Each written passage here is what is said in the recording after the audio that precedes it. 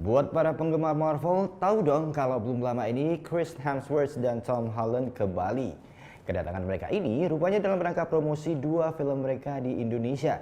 Dan ini baru pertama kalinya nih promosi film Hollywood di Indonesia. Net punya liputan khususnya, seperti apa? Kita lihat aja. I don't really want to talk to Nick Fury. Why? Because if you don't talk to him, then I have to talk to him. I don't want to talk to him. Catching up on my daily meditation. Time for lunch, I think. You hungry? It's 9:30. Perfect. Tuesday's taco day.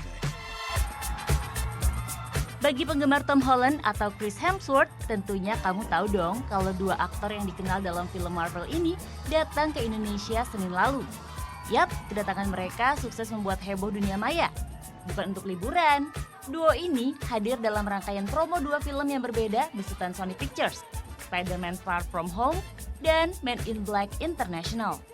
Nah, dalam momen promosi yang baru pertama kali dihelat di Indonesia ini, sang pemeran Spider-Man Tom Holland mengaku senang karena akhirnya bisa bertemu dengan para fansnya di Indonesia untuk pertama kali.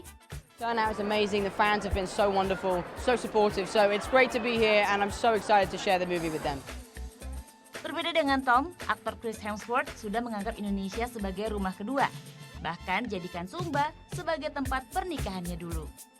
Very exciting to be here in Bali, and Indonesia is pretty close to my heart. You know, I've spent a lot of time here, got married here, and learned Indonesian in primary school and high school.